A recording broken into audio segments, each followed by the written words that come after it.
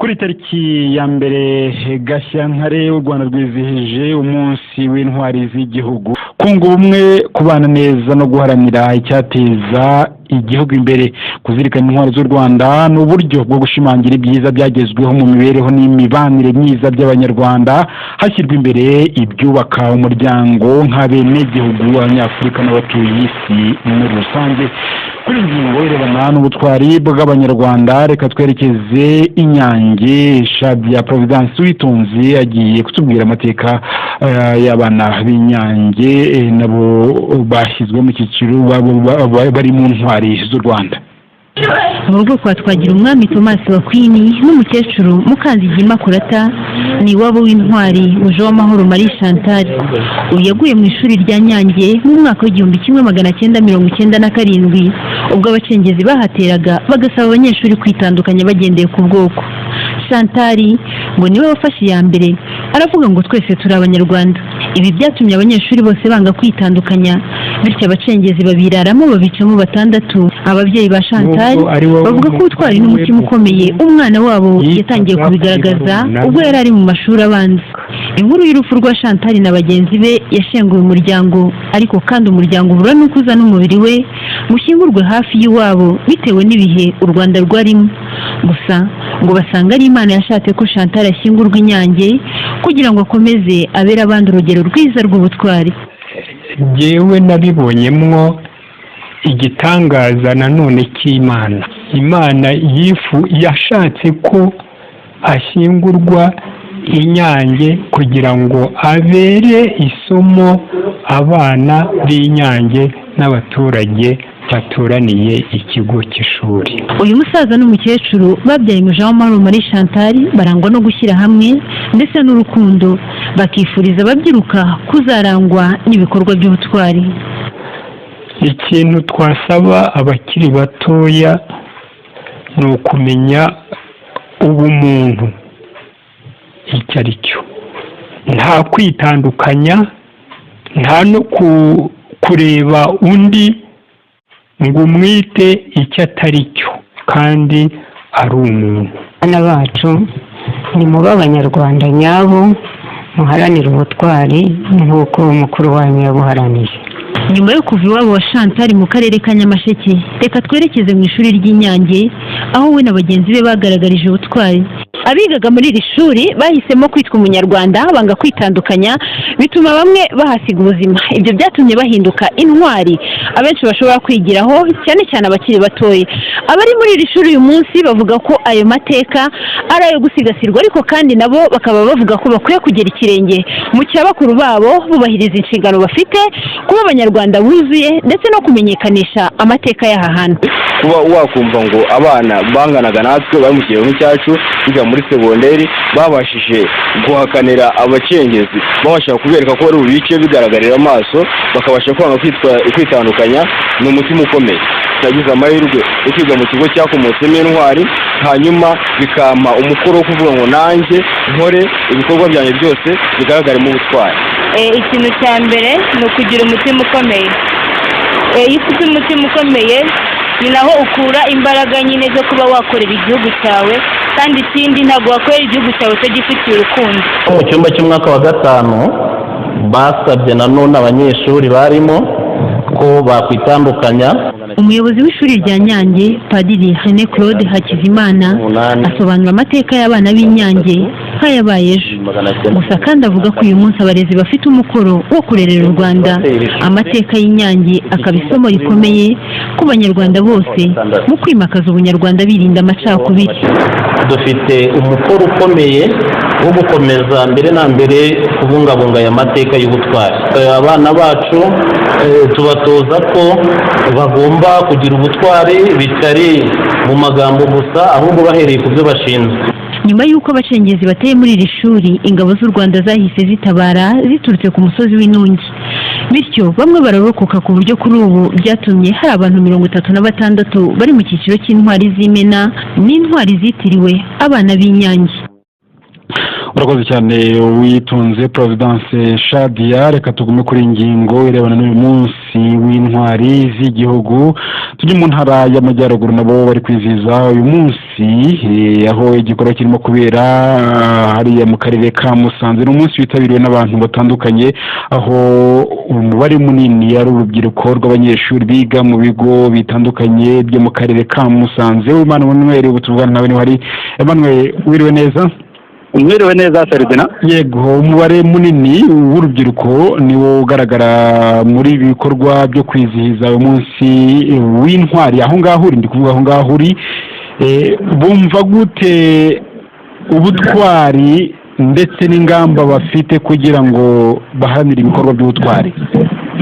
Nibyo koko urakoze Ferdinand. Hano niho turi muri stade Ubworoherane, aho hizirijwe uyu munsi w'intwari z'igihugu ku rwego rw'intara y'Amajyaruguru. Ubikomojeho n'urubyiruko koko rwiganjemo urubyiruko rw'abanyeshuri, urebye hafi 3/4 nibo barimo. Hari impamvu iba yabiteye, ibyo ari byose n'inyigisho barimo guhabwa, barimo kubigisha ubutwari mu bihe biri imbere nk'urubyiruko, uburyo bagomba kuzitwara. Ndi kumwe n'umwe rwose mu rubyiruko rwiga muri aya mashuri. Uraho neza? Uraho neza. Uze kuzamura ijwi. Witwa nde? Nitwa Fashimana Rafati. Wiga he? Nkaba niga kuri GS Muhoza wanjye. Hanyuma uracyari umwana muto, uru rubyiruko uri gutera imbere. Hano turi mu gikorwa kijyanye n'ubutwari. Nk'urubyiruko mubona gute ubutwari? Mwiteguye gute namwe kuzaba intwari z'igihugu ejo hazaza?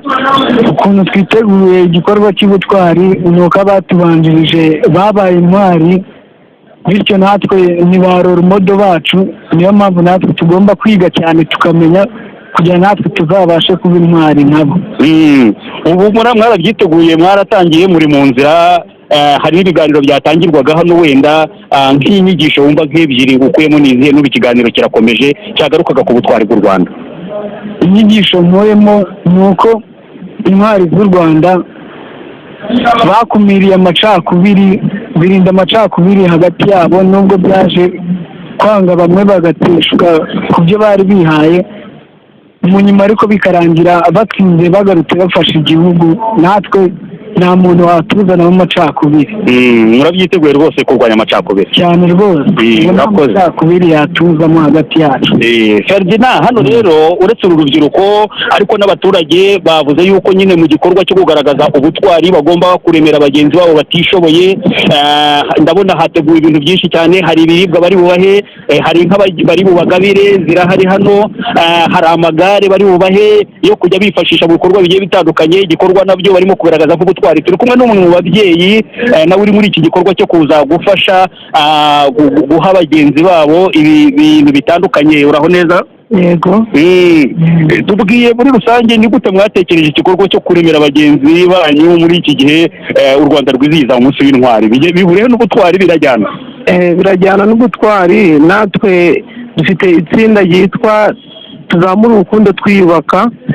Iryo tsinda rero twahisemo kureba uyu munsi w'intwari ngo dukore igikorwa natwe cyo kugaragaza ubutwari nk'ababyeyi. Dushaka ukuntu twareba umuntu tukamuremera icyo kurya, icyo kunywa, icyo kwambara.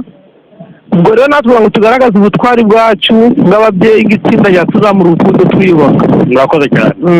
Ferdinand, nibyo ibindi haracyarimo ibiganiro mu kanya gatoya cyane. Nyine niyo gahunda iri buze gukurikiraho yo kuremera aba bantu bose, ari nayo gahunda iri buze gusoza bino birori hano mu ntara y'Amajyaruguru. Yego, urakoze cyane Uwimana Emmanuel. Urakoze.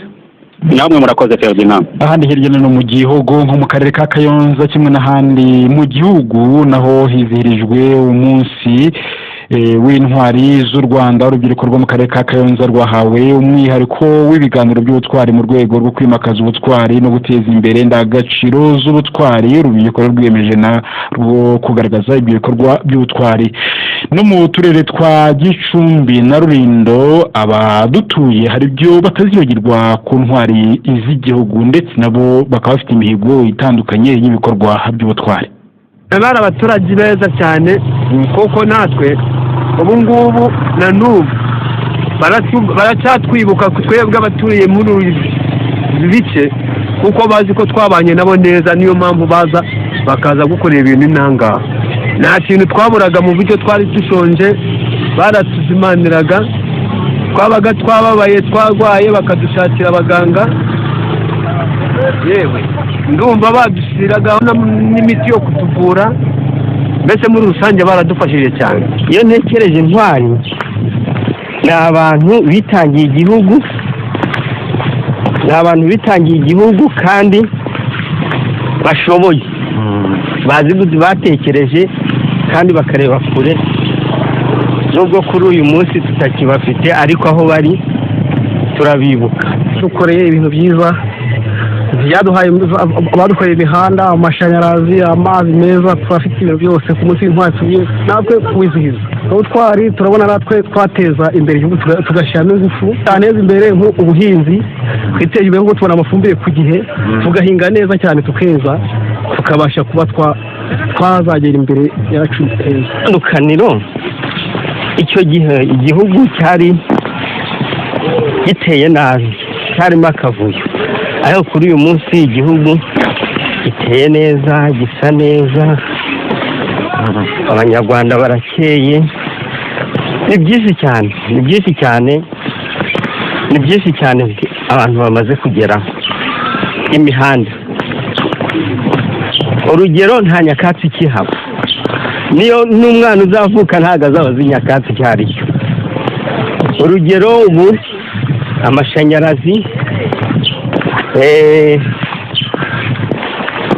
amashanyarazi ikindi cya kabiri amabati urabona hasa neza mu murenge wacu wa Cyungo. ntekereza ibyiza Kagame yadukoreye, yadukijije abanzi bari baduteye, nkanjye nari narahunze turongera tugaruka mu Rwanda rwacu kubera umubyeyi wacu Paul Kagame. natwe tugomba kuba intwari rero. nk'ubu nkanjye ndi umucuruzi ngomba gukora nkungura umuryango wanjye nkawuteza imbere nkaha n'abandi baturage akazi. umusoro wa leta mutangira ku gihe nkubonera nawutanze ejobundi kuri 28 nibwo natangira nasoze kubera ko mfite tini namba ubwo narasoze birarangira noneho ntanga n'amafaranga y'irondo ry'umwuga tukitabira n'ibikorwa bya leta dukora umuganda tuza no mu nama. abo ni abaturage bo mu turere twa Rulindo na Gicumbi mu majyaruguru y'u Rwanda. Reka tuve mu majyaruguru tujye mu majyepfo mu murenge wa Tumba akarere ka Huye naho bizije umunsi w'intwari z'u Rwanda ku nshuro 31. Consolate Kamagaju tuvugana niho hari Consolate wire.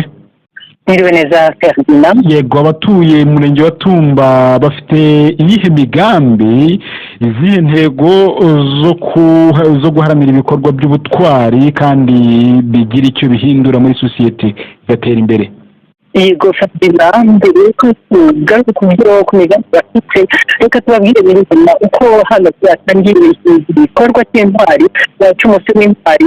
baje kwifatanya rero n'abatuye muri uyu murenge wa Tumba harimo Visi-Perezida w'Inteko Amategeko y'u Rwanda mu Honorable Musafari Harerimana. rero mu byo bakoze nk'uko bigarutseho birumvikana ubutwari bugaragaza ahanini mu bikorwa bitandukanye. aha rero mu byo batanze bigaragaza ubutwari iterambere akarere kagenda kageraho by'umwihariko uyu murenge wa Tumba babanje cyangwa se gutaha cyangwa gushyira iyo twaseka ibihe cy'akito ahagiye kuzubakwa ibikorwa remezo bitandukanye bizafasha by'umwihariko urubyiruko ariko ndetse twasuye muri uyu murenge wa Tumba bose naho twakwita ikigo mberabyombi. ni ahantu hanini hagari muri uyu murenge wa Tumba by'umwihariko mu kagari ka Cyazwa ari naho uyu munsi w'intwari usihirijwe. hagiye kuzubakwa rero ibikorwa remezo bitandukanye birimo ibibuga by'imyidagaduro ku rubyiruko ariko hakazakirwa n'isomero ryafata rero abaturage muri rusange. aba rero leta zirababwiye ko bitareba urubyiruko gusa kuko abantu bose bagomba kujijwa iterambere rikijyana no gusoma kurushaho kwiyongera ubwenge. aha rero bakaba batashe ibyo bacize ibirefatizo azubakwa ibi bikorwa remezo bitandukanye. ni ibintu rero urebye urubyiruko rwa hano rwishimiye cyane no gutinzira cyane n'abagenzi kumwe turi kumwe bya Godefroid ni umwe mu rubyiruko rwa hano. Yego unagerageza uhagarara ahantu heza kugira ngo tubanze twumvikane. Urubyiruko rwo mu karere ka Huye rya Tumba ni ibintu twishimiye cyane kuko byajyaga bitugora kugera ahantu hari ibigo by'imyidagaduro, cyane cyane ko hari n'abantu usanga bafite n'imana ariko kubura ibigo nk'ibyo ngibyo ugasanga impano zabo nta kintu kibagejejeho n'ibintu twishimiye. By'umwihariko twishimiye ko badushyiriyeho isomero aho buri wese azajya ari access yo kuba yagenda akaba yamenya amateka, akaba yagenda akamenya ibintu byerekeye ku gihugu ndetse no hanze. Ni ibintu twishimiye cyane. Ikindi nanone navuga cyashimishije ni uko hari n'urubyiruko usanga mu gihe cya vakanse bajya mu bikorwa bibi, ariko kuri kino kigo kizajya kibafasha kugira ahantu babarizwa nyine nk'urubyiruko. Murakoze. Ferdinand, yego niba mukumva murumva ibiteganijwe hano mu karere ka Huye, mu kanya rero umuyobozi w'akarere ka Huye agaragariza honorable Kazim Harerimana ko bagiye gushyira imbaraga mu kubaka aka gace ko mu murenge wa Tumba ku buryo ibi bikorwa remezo byose bizaba byarangiye mu gihe cy'amezi atandatu, ni ukuvuga bizarangira n'ingingo y'imari y'umwaka wa 2024-2025 ku buryo ngo bashobora kuzabitaha bitagize bikoma mu nkokora mu kwezi kwa karindwi ubwo hazaba hizihizwa umunsi w'intwari. Urakoze cyane.